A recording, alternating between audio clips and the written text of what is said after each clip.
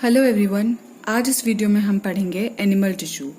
इससे पहले हम लोग प्लांट टिश्यू का वीडियो मैं डाल चुकी हूँ। प्लांट टिश्यूज में कंप्लीट हो गया था। अब हम एनिमल टिश्यू स्टार्ट करते हैं। यहाँ पर एनिमल टिश्यू जो है वो 4 टाइप्स का होता है। First is epithelial tissue, connective tissue, muscular tissue और नर्वस टिश्यू। यहाँ पर हम इन सब को 1 बाय 1 डिटेल में पढ़ेंगे। तो यहाँ पर सबसे पहले है हमारा एपिथेलियल टिश्यू। एपिथेलियल टिश्यू जो होता है वो हमारी आउटर मोस्ट कवरिंग होती है हमारी बॉडी में, ये जो कि प्रोटेक्शन प्रोवाइड करती है एनिमल बॉडी को या ह्यूमन बॉडी को। यहाँ पर ये 2 टाइप्स का हो सकता है, एक सिंपल और एक कंपाउंड। कंपाउंड को स्ट्रैटिफाइड भी कहते हैं। सिंपल एपिथेलियम जिसमें सिर्फ सिंगल लेयर होती है सेल्स की, और इसमें मल्टीपल लेयर्स होती हैं सेल्स की। फिर ये यहाँ पर और 4 टाइप्स का होता है। पहला है स्क्वैमस। स्क्वैमस जो है इसका स्ट्रक्चर फ्लैट होता है, लाइक फ्लोर टाइल्स, कुछ ऐसे स्क्वायर शेप में होते हैं ना टाइल्स, इसी तरीके से ये स्क्वैमस एपिथेलियम जो है वो होता है। फिर ये कहाँ पाया जाता है? ये lumen of blood vessels, alveoli और स्किन, इसकी बहुत ज़्यादा जो देखा जाता है तो स्किन में ये होता है। वैसे तो खैर इन सारी जगहों पर ही होता है। ईसोफेगस, लाइनिंग ऑफ माउथ, इसका फंक्शन प्रोटेक्शन प्रोवाइड करना होता है। आउटर मोस्ट कवरिंग है तो ये प्रोटेक्शन प्रोवाइड करता है। उसके बाद नेक्स्ट है यहाँ पर columnar epithelium. Columnar epithelium tall pillar like होता है, थोड़ा ऐसे लंबा सा होता है ये, और ये एलिमेंट्री कैनाल की लाइनिंग पे प्रेजेंट होता है और ये एब्जॉर्प्शन और सिक्रीशन प्रोवाइड करता है। उसके बाद है सीलिएटेड एपिथेलियम। सीलिएटेड एपिथेलियम में कॉलमनर सेल्स जो है वो डेवलप करते हैं सीलिया को।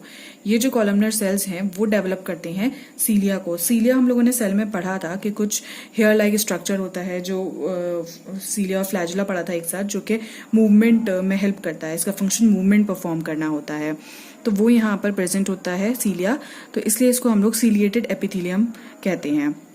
ये ब्रोंक्यूल्स की कैविटीज़ में प्रेजेंट होता है। ब्रोंक्यूल्स हमारे रेस्पिरेशन वगैरह में पार्ट होता है, और fallopian tube is the part of reproductive organ. इन यहाँ पर सीलिएटेड एपिथेलियम प्रेजेंट होता है। इसका जो फंक्शन है वही कि सीलिया का फंक्शन होता है मूव करना, तो ये मूव करने का काम करता है, पार्टिकल्स और म्यूकस इन वन डायरेक्शन, और जो भी इसके मूवमेंट का काम होता है।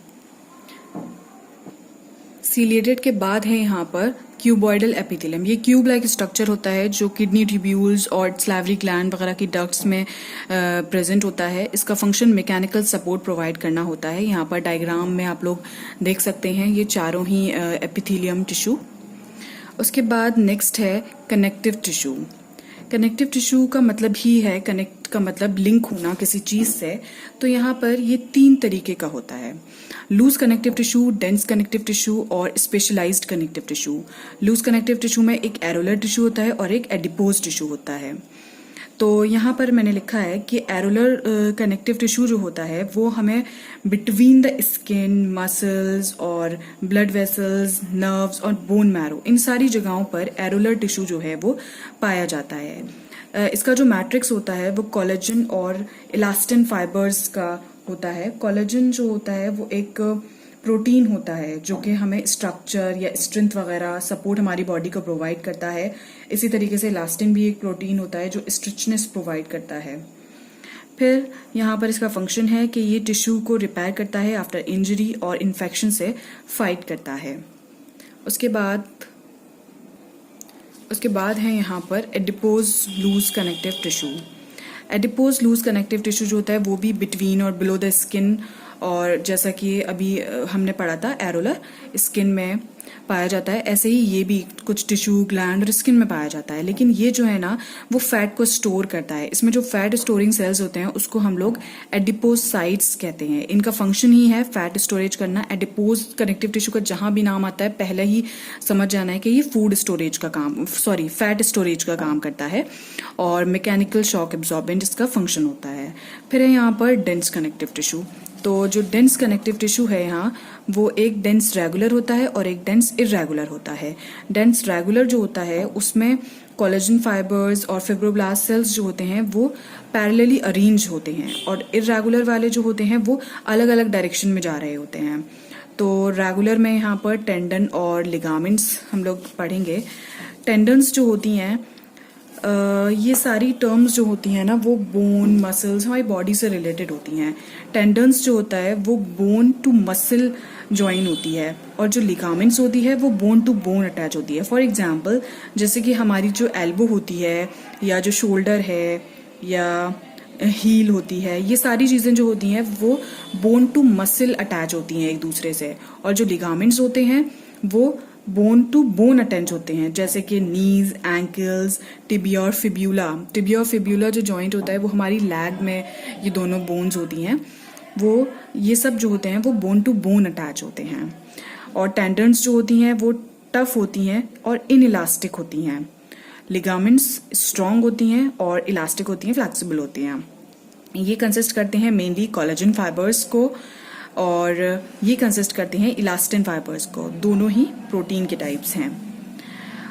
तो ये हुआ हमारा डेंस रेगुलर। डेंस इरेगुलर मैंने बताया था कि जो कोलेजन फाइबर और फिब्रोब्लास्ट जो कि डिफरेंट डायरेक्शंस में होते हैं और ये स्किन में प्रेजेंट होते हैं, स्किन में पाए जाते हैं ये। उसके बाद है नेक्स्ट यहाँ पर specialised connective tissue. Specialised connective tissue इससे पहले चार्ट में हम देख लेते हैं। स्पेशलाइज्ड कनेक्टिव टिश्यू जो है यहाँ पर वो दो तरीके के होते हैं, एक स्ट्रक्चरल होता है और एक फ्लूइड होता है। तो जो स्ट्रक्चरल होता है वो बोन और कार्टिलेज होता है इसमें, और जो फ्लूइड होता है उसमें ब्लड और लिम्फ होता है।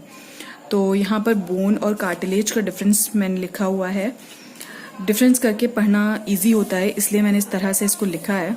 तो यहाँ पर है कि बोन और कार्टिलेज, बोन और कार्टिलेज का फर्क ही ये है कि बोन्स जो होती हैं वो हार्ड होती हैं एकदम, और कार्टिलेज जो होती हैं वो थोड़ी सॉफ्ट होती हैं, फ्लेक्सिबल होती हैं।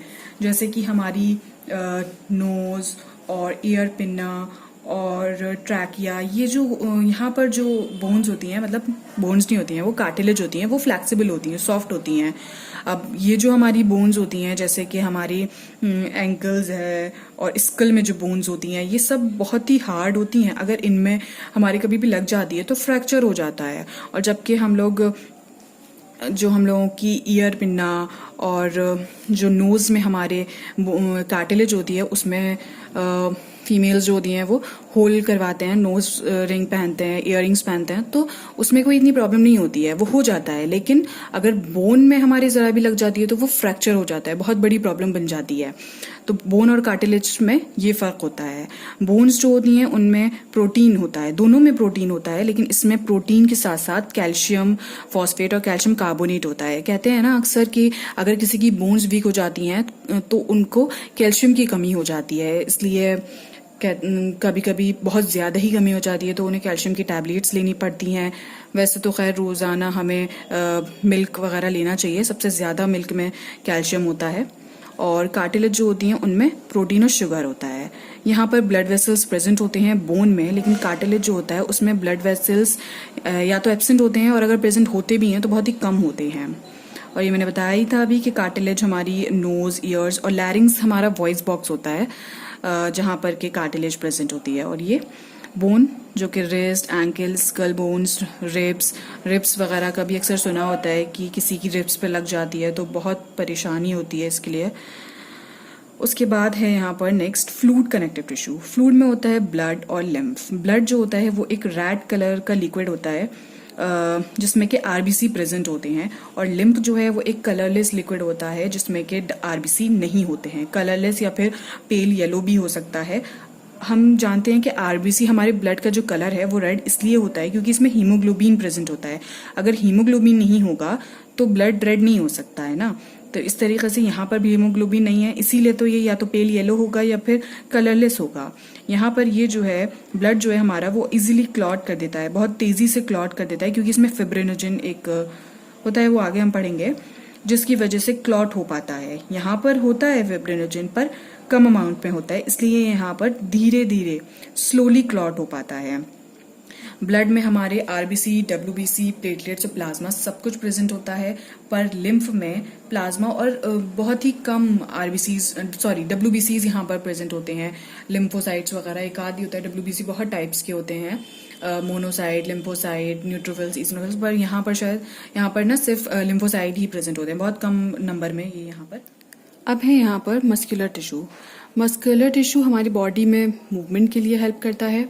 यहाँ पर एक स्पेशल प्रोटीन होता है जिसे कॉन्ट्रैक्टाइल प्रोटीन कहते हैं, जो कि रिलैक्सेशन और कॉन्ट्रैक्शन होता है, जो कि मूवमेंट को कॉज करता है, कॉन्ट्रैक्शन और रिलैक्सेशन। उसके बाद ये यहाँ पर 3 टाइप्स का होता है, स्ट्राइटेड, अनस्ट्राइटेड और कार्डियक मसल। इसको स्केलेटल मसल भी बोलते हैं और अनस्ट्राइटेड को स्मूथ मसल भी कहते हैं। स्ट्राइटेड मसल में जो सेल्स होते हैं वो सिलिंड्रिकल शेप के होते हैं। यहाँ पर मैंने इसका रफ डायग्राम बनाया है। उसके बाद जो अनस्ट्राइटेड मसल्स होते हैं इनमें जो सेल्स हैं वो स्पिंडल शेप के होते हैं और कार्डियक मसल में जो सेल्स होते हैं वो सिलिंड्रिकल शेप के होते हैं।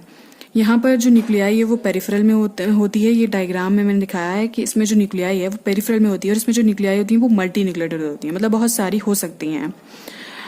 उसके बाद है यहाँ न्यूक्लियाई, इसकी सेंट्रल में होती है। यहाँ मैंने दिखाई है ये न्यूक्लियाई सेंट्रल में होती है। ये मैंने बहुत बड़ा डायग्राम होता है, बस एक छोटा सा पार्ट बनाकर दिखाया ताकि समझ में आ सके। और ये यूनिन्यूक्लिएटेड होती है, एक ही न्यूक्लियस इसमें होता है। फिर है कार्डियक मसल। कार्डियक मसल में भी न्यूक्लियाई सेंटर में होती है और इसमें ये यूनिन्यूक्लिएटेड होती है। दोनों सेम है, अनस्ट्राइटेड भी और कार्डियक मसल भी। उसके बाद जो स्ट्राइटेड मसल्स होती हैं उसमें ना स्ट्राइशंस प्रेजेंट होते हैं, इसीलिए इसे स्ट्राइटेड कर रहे हैं। स्ट्राइटेड का मतलब है यहाँ पर जो लाइट और डार्क बैंड्स हैं, ये जो मैंने दिखाया है, ये डार्क बैंड्स और जो इसका खाली पार्ट है वो लाइट बैंड्स होते हैं, ये हैं स्ट्राइशंस। ये स्ट्राइटेड मसल स्केलेटल मसल्स में होते हैं और कार्डियक मसल्स में होते हैं, स्मूथ मसल्स में ये नहीं होते हैं। स्ट्राइटेड मसल जो होती है वो वॉलंटरी मसल होती है। मतलब वॉलंटरी का मतलब होता है कि हमारी बॉडी का कोई भी एक्शन जो हमारे हाथ में है, जो हम अपनी मर्जी से कर सकते हैं, और इनवॉलंटरी वो एक्शन जो हमारे उससे नहीं होता है। बॉडी का सिस्टम है कि वो खुद ब खुद होता ही है, जैसे कि वोमिटिंग वगैरह है तो वो इनवॉलंटरी होती है, खुद ब खुद हो जाती है, हम रोक नहीं सकते हैं उसको। इसी तरह कार्डियक मसल भी इनवॉलंटरी होता है, हार्ट बीट वगैरह हमारे उसमें नहीं होता है, ये हमारी बॉडी का सिस्टम है, ये अपने आप से ही होता है। फिर है कि स्केलेटल मसल्स जो होती हैं वो हमारी कहाँ होती है, ये हैंड्स पे और लेग्स, यहाँ पर ये अटैच होती है। फिर उसके बाद अनस्ट्राइटेड मसल है जो कि माउथ, स्टमक और जो आइरिस है हमारी आइज में होता है, वहाँ पर ये पाई जाती है स्मूथ मसल। और कार्डियक मसल तो हार्ट में होती है। ये जो है ये पॉइंट समझिएगा, ये यहाँ पर जो है कॉन्ट्रैक्ट करती है रैपिडली, मतलब बहुत तेजी से कॉन्ट्रैक्ट करती है और बहुत जल्दी फैटीग हो जाती है स्केलेटल मसल। फिर जो स्मूथ मसल होती है वो स्लोली कॉन्ट्रैक्ट होती है और ये फैटीग भी नहीं होती। फिर है कार्डियक मसल, ये बहुत तेजी से कॉन्ट्रैक्ट होती है लेकिन ये फैटीग भी नहीं होती है। ठीक है, तो यहाँ पर ये था हमारा मस्कुलर टिश्यू। इसके बाद हम पढ़ेंगे नर्वस टिश्यू। नर्वस टिश्यू जो है वो हमारा ब्रेन और स्पाइनल कॉर्ड यहाँ पर ये होता है और इसके अंदर नर्व सेल्स होते हैं। इसमें ये लिखा है यहाँ कि 100 बिलियन न्यूरॉन्स होते हैं हमारे ब्रेन में और इनका जो लेंथ होती है वो अबाउट 1 मीटर के अराउंड होती है और ये रिस्पॉन्सिबल होते हैं coordinating and controlling many body activities. कोई भी बॉडी एक्टिविटीज़ होती है, जैसे अगर कोई भी काम करना होता है तो सबसे पहले हमारे ब्रेन में कोई भी चीज़ टच होनी चाहिए ना, तब उससे हम लोग उस एक्शन को परफॉर्म करेंगे। कोई भी चीज़ हो, हमसे कोई काम भी कहा जा रहा होता है तो वो पहले ब्रेन में जाता है, जब ब्रेन उसको रिसीव करता है तब हम लोग अपना एक्शन जो है वो करते हैं। ठीक, इसके बाद यहाँ पर इसका ये डायग्राम आप लोग देख सकते हैं। यहाँ पर इसमें सेल बॉडी दिखाई गई है। इस सेल बॉडी में एक न्यूक्लियस होता है। फिर उसके बाद यहाँ पर ये एक्सॉन है, सिंगल लॉन्ग पार्ट होता है। ये एक्सॉन जो होता है वो मैसेज को सेल बॉडी से दूर ले जाता है। एक्सॉन जो होता है वो किसी भी मैसेज को जो हमारे ब्रेन में आ रहा होता है उसको सेल बॉडी से दूर ले जाता है। उसके बाद यहाँ डेंड्राइट्स भी दिखाए गए हैं। डेंड्राइट्स ये जो कुछ ब्रांच वाले पार्ट्स होते हैं, डेंड्राइट्स जो होते हैं वो ब्रेन में आने वाले मैसेज को सेल बॉडी की तरफ ले जाते हैं। एक्सॉन तो सेल बॉडी से दूर ले जा रहा था मैसेज को और डेंड्राइट्स जो होते हैं वो सेल बॉडी की तरफ ले जाते हैं मैसेज को। उसके अलावा इसमें माइलिन शीथ होती हैं, ये एक लेयर होती है जो कि प्रोटीन और फैटी सब्सटेंसेस की बनी हुई होती है। ये इलेक्ट्रिकल इम्पल्स जो होती है, मतलब इलेक्ट्रिकल इम्पल्स या जो भी सिग्नल वगैरह होते हैं उसको ट्रांसमिट करती है। फिर यहाँ लास्ट में साइनेप्स दी गई है जो कि ये भी ट्रांसमिशन करती है इम्पल्स का एक न्यूरॉन से दूसरे न्यूरॉन में। तो यहाँ पर ये था हमारा नर्वस टिश्यू। इसके साथ ही हमारा एनिमल टिश्यू कंप्लीट हो चुका है। Thank you so much for watching this video.